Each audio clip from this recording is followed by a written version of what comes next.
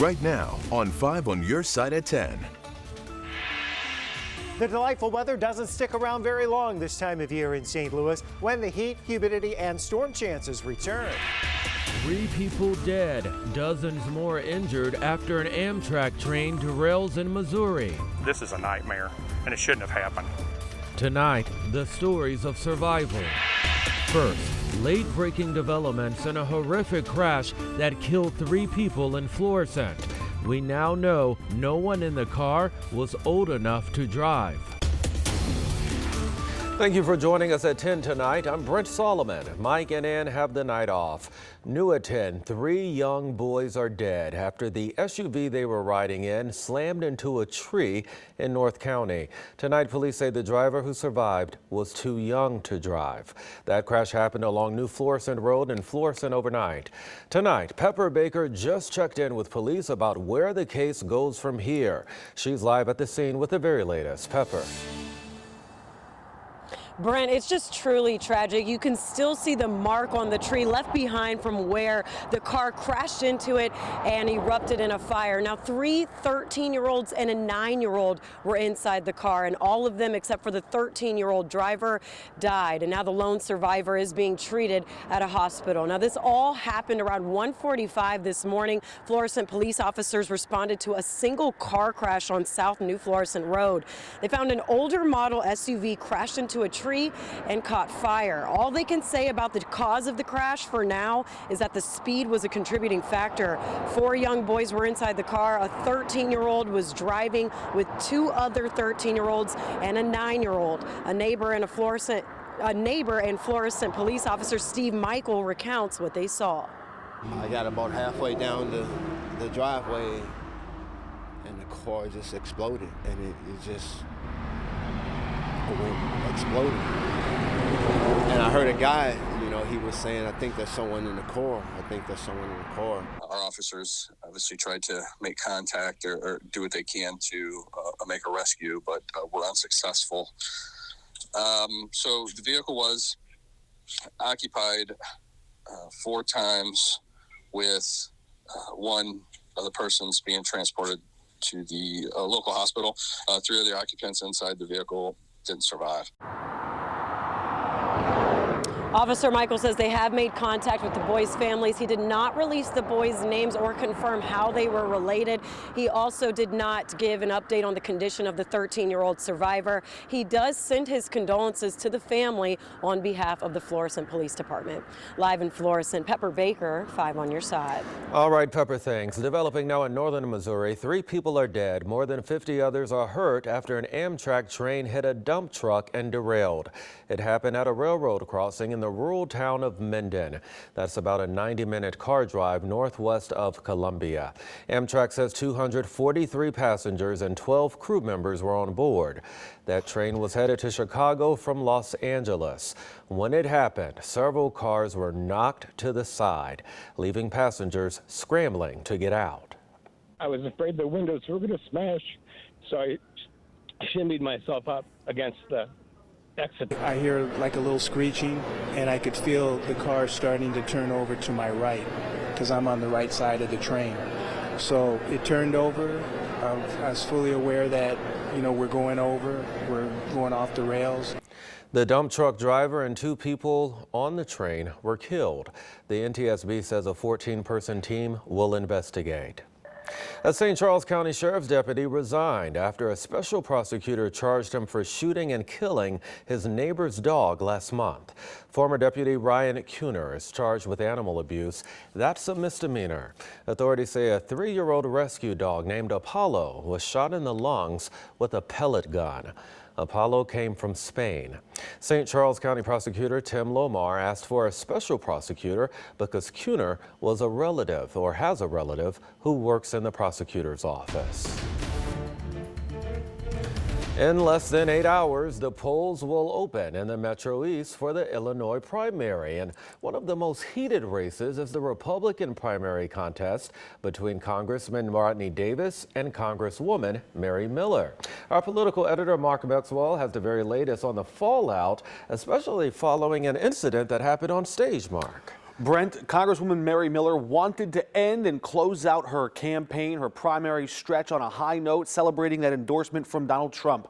Instead, a gaffe on that stage with Trump has her campaign claiming she slipped up and misspoke when she called the Roe v. Wade Supreme Court decision a, quote, victory for white life. That remark drawing swift rebuke online, including from Congressman Rodney Davis, who said, quote, whether it's catering to the extremes, praising Adolf Hitler, having a convicted child sex offender serve as her personal driver, and now these comments, he says Miller has demonstrated she is not fit for public office. 5 on Your Side's political analyst Anita Mannion takes a closer look at that moment and explains what it might mean in these final hours of a bitter GOP battle. I want to thank you for the historic victory for white life in the Supreme Court yesterday. She didn't correct it in the moment, only kind of corrected it when she was called out later. And I think some of the other missteps that she's had in the past and issues that she's apologized for, referencing Hitler in a speech, the issue her husband had to apologize for being parked at the Capitol with a 3%er decal on his truck. I think all of these things sort of set the stage to make this particular language really a dog whistle for a lot of voters and make some people think that it's more intentional than unintentional.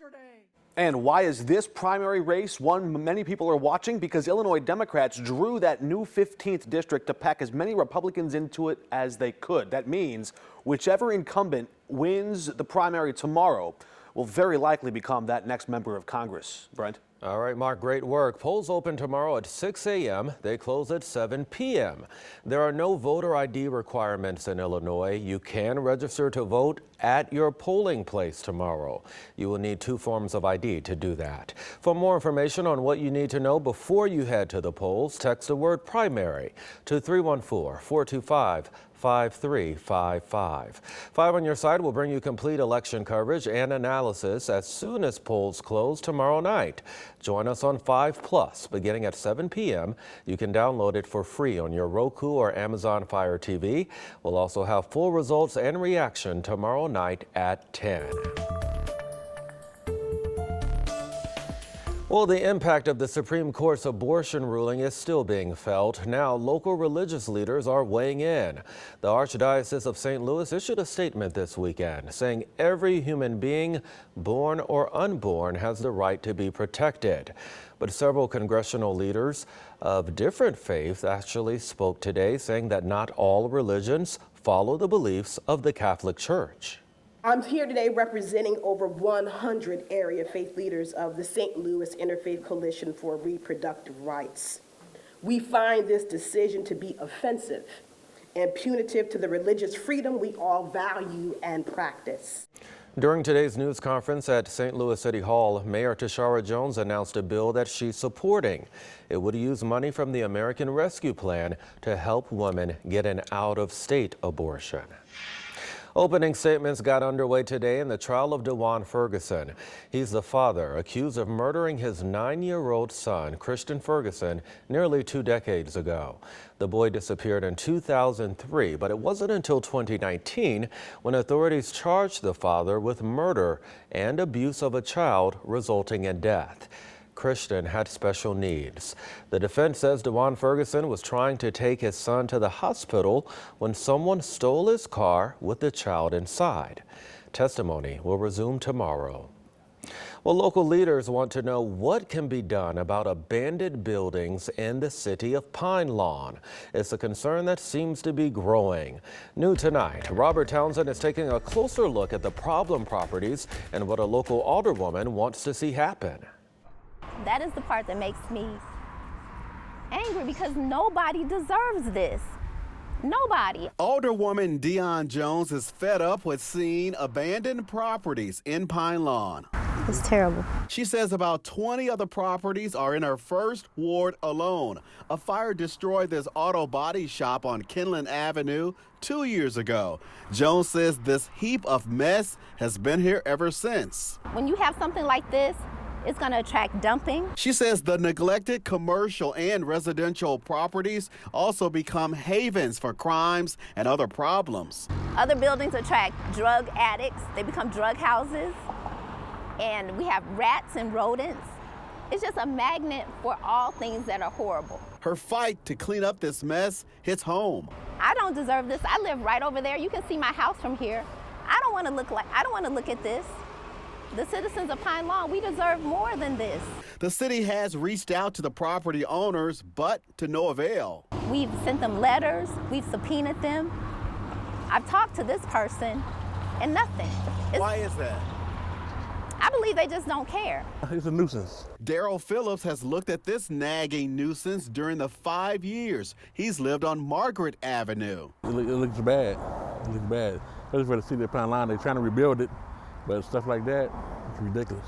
Alderwoman Jones tells me the city of Pine Lawn currently owns about 75 abandoned properties like this. In August, 8 will be auctioned off. In the meantime, Jones says she will keep fighting. The system doesn't work, and so we have to put our heads together and figure out a system that will work, where these people will be held accountable. Robert Townsend, 5 on your side. Fears over fireworks. There is no safe way to discharge consumer fireworks. They're very dangerous. The warning tonight from St. Louis first responders, just how quickly fireworks can turn dangerous. Sticker shock on your utility bill. The household appliances that will keep you cool and keep your energy costs down. As the heat and humidity increase later this week, the storm chances heading into the long 4th of July holiday weekend ramp up. Why it's not going to be a complete washout, but when you may have to make some adjustments to your plans. Developing tonight out of Texas, police say they found the bodies of at least 20 undocumented migrants. They found those bodies inside of an 18-wheeler in San Antonio. Some of the migrants in the trailer were still alive. They've been rushed to area hospitals. Well, Atlanta police arrest a man they say shot 2 Subway restaurant workers, and it was all over too much mayo on a sandwich. One of the workers was killed. The other's in critical condition tonight. The gunfire happened in front of a 5-year-old child who was not injured. Well, a little relief at the pump tonight. According to Gas Buddy, the price at the pump is down on both sides of the river for the 2nd week in a row. In Missouri, gas is around $4.62 per gallon, down more than 7 cents from a week ago. Over in Illinois, the statewide average has dropped 12 cents to $5.44 a gallon. Holiday travel demand could drive those prices back up. AAA predicting a record number of drivers will actually hit the road for the 4th of July. Well, just about everything costs more right now, including energy bills. Experts at Consumer Report share some simple tips to cut utility costs without sacrificing the comforts of home. Here's Mike Bush. As we head into the hottest months of the year, it's little comfort to learn that 13% of a home's energy costs are for cooling. To take some heat off your electric bill, adjust thermostat settings. It's one of the simplest and most significant things you can do to keep your energy bills under control. Even better? A programmable or smart thermostat can actually lower your heating and cooling bills by as much as 10% per year. Most smart thermostats use Wi-Fi, allowing you to remotely control your heating and cooling from your smartphone. Some even learn your routine when you're home and when you're away, along with your temperature preferences to customize your cooling and heating schedule. CR recommends this Honeywell Home T9 thermostat. It includes a sensor to measure temperature and humidity. Some simple changes around your home can also help lower your bill, like keeping your blinds and shades closed during the day to keep the sun from heating up the house. Ceiling fans not only cost very little to run, but when used with your air conditioning, you can actually raise your thermostat by about 4 degrees and feel just as cool. If you're buying one, fans with the Energy Star label are 60% more efficient than conventional fan light units. Take time to plug cracks around windows and doors and repair any leaky AC ductwork to make sure your cool air isn't leaking out. And try not to use your oven.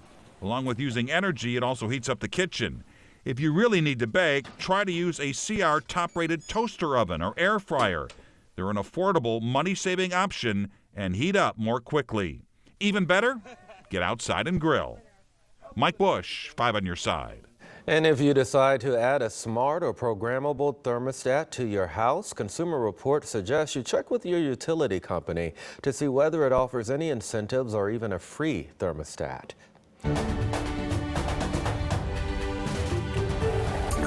Can you believe we're just a week away from the 4th of July, and this weekend, Fair St. Louis will return for the first time in 2 years. It runs Saturday through Monday at Keener Plaza in Ballpark Village. There will be local food vendors and lots of live music. There will not be fireworks on Saturday or Sunday, but organizers are promising a fireworks spectacular on July 4th. We have the full lineup for you at ksdk.com. And a plea tonight from St. Louis Police and Fire ahead of the holiday. They're advising you not to set off fireworks on your own. Not only are they illegal in the city, they're also dangerous.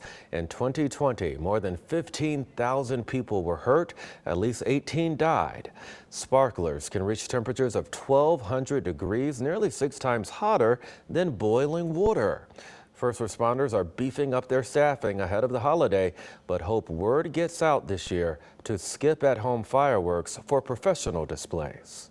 There is no safe way to discharge consumer fireworks. They're very dangerous. It drives up our call value. We're a busy department. We average 200 to 250 responses per day.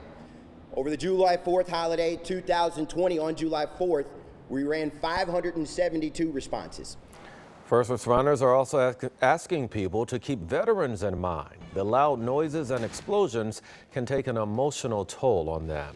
We've made it easy for you to find out where in St. Louis you can actually buy fireworks legally in our area and set them off. Also, a list of the local fireworks displays this weekend. All you have to do is text the word fireworks to 314-425-5355. We'll send you that information within seconds. Time now to get a check on your forecast. Chief Meteorologist Scott Connell joining us now. Hey, Mother Nature might have some fireworks of her own. Yeah, this weekend sure could be the case, although it's not going to be a complete washout weekend. And certainly we've enjoyed some delightful weather across the area today. How about this sunset tonight? Jill sent this in. She shot this picture through, it looks like, the old oak tree there. And pretty shot for us this evening. As some of these high clouds out to our west drift on in.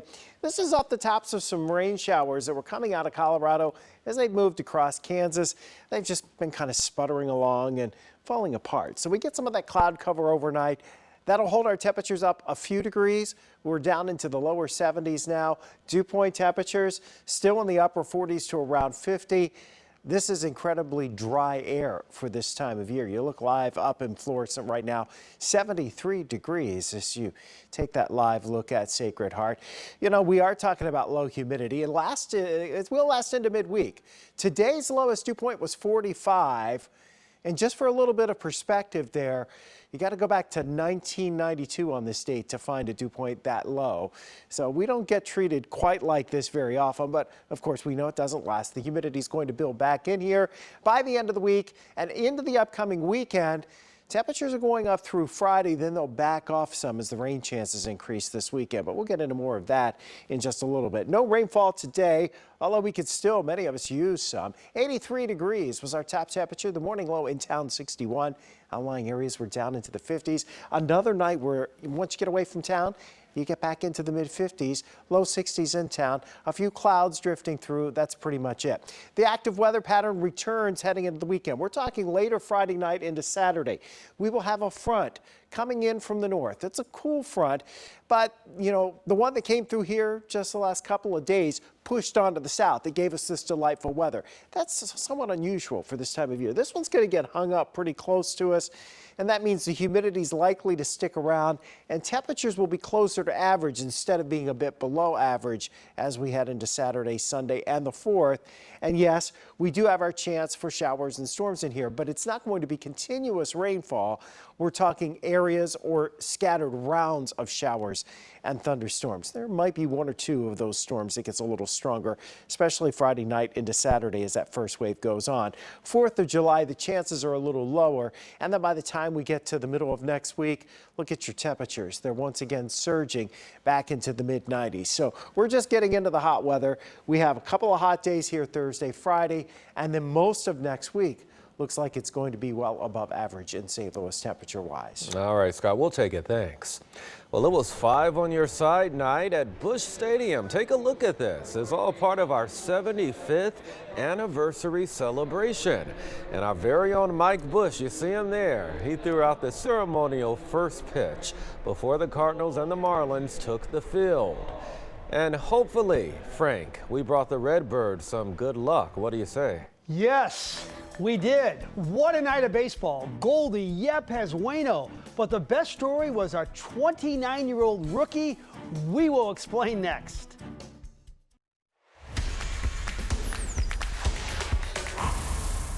As sportscasters looking for sound bites, we often flock to guys with great quotes. Reggie Jackson famously once said, "I'm the straw that stirs the drink." Paul Goldschmidt will never talk about himself. He prefers the Teddy Roosevelt way. Speak softly and carry a big stick. But gosh, is he great. He's incredible. I mean, I think right now, like I said the other day, I mean, he's one of the top 2 or 3 baseball players on earth. This place had to be. Oh, and he hits this one out to deep left at the wall. Gone off of Big Macklay. 402 feet, 19 homers, 63 RBIs, 4 hits tonight. He's hitting .347. Juan Yepez liked the idea of Big Macklay so much he did it himself. A 3-run shot in the 4th, his 8th homer, and the Cardinals led it 4-0. Waino was wonderful. 7 innings, 9 Ks, 1 walk, 0 runs. Then in the 7th, Yepez was just showing off. Another blast to left, 402 feet. This guy has got to play every day. Cardinals blast the Marlins 9-0. Gotta give credit to Albert. He was like, "Hey, what's your plan?" And he told me, "Yeah, you know, just stay left center and wait for that cutter, and you'll hit it out." And then he did, and I hit it out. You know, so credit to him. When Jack Flaherty was just 23 years old, he threw 196 innings, struck out 231 hitters, and had a sub-3 ERA. That was 3 years ago. There wasn't a more precious young right arm in baseball. But a funny thing happened to Jack on his way to stardom. He never got there. There's still time, but it's one setback after another. He was placed on the 15-day injured list today with that shoulder stiffness, which has bothered him since last season. Today we asked, why did Jack not pitch in Memphis more before coming back to St. Louis? The president was candid. You know, a lot of it's based on the feedback you're getting from the athlete. And, you know, at that point, he was very optimistic of where he was. You know, internally, we debated that, but, you know, ultimately it's not our decision. So, you know, we laid out a plan. The plan was deviated, and here we are. Why would we go change anything? Everything felt great. We did everything the right way. Training staff did everything the right way. Organization did everything the right way. I wouldn't go change anything. It's unfortunate what's happened, you know, but we did everything right. We were honest with each other through the whole process. Everything felt great. Now to a more pleasant topic. This is the first time James Nail has walked onto a big league field. About 4 o'clock today at Busch. This 29-year-old right-hander was called up to replace Flaherty on the roster. 7 years of long bus rides, and tonight he pitched a scoreless 8th inning with a lot of people from his hometown of Charleston in the stands. So, how did he tell his dad the news yesterday he was a big leaguer? It was about 6:30 in the afternoon, so he was actually, I think he was either watching the Cardinals or just finished watching the Cardinals play. And I asked him, I said, "Hey, you got any plans tomorrow?" And he goes on to tell me that he's going to put up an I-beam or something on a construction site. And I said, maybe meet me in St. Louis instead. So it was exciting. That was the best phone call of his life. Yeah, I bet Dad made it, didn't he? Yep, he did. All right, Frank, thanks. Well, there is no independence from inflation this 4th of July. The holiday cookout dishes costing you a lot more, but find out what items you'll actually pay less for. You will get less bang for your buck at your 4th of July cookout this year. According to the American Farm Bureau Federation, it will cost Americans 17% more than last year. Inflation has led to big price hikes in beef, chicken, and potato salad, but the price for potato chips cheese, and strawberries have dropped. In all, $7.7 billion will be spent on food on Independence Day. July 4th is America's top beer drinking holiday.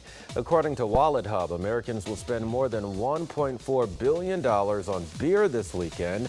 Another $2.4 billion will be spent on fireworks. How about that? Well, that's all of our time. For 5 on Your Side at 10, The Tonight Show starring Jimmy Fallon is next. Martin Lawrence is Jimmy's guest. Start your day with Today in St. Louis beginning at 4 a.m. As always, we appreciate the company. We'll see you tomorrow.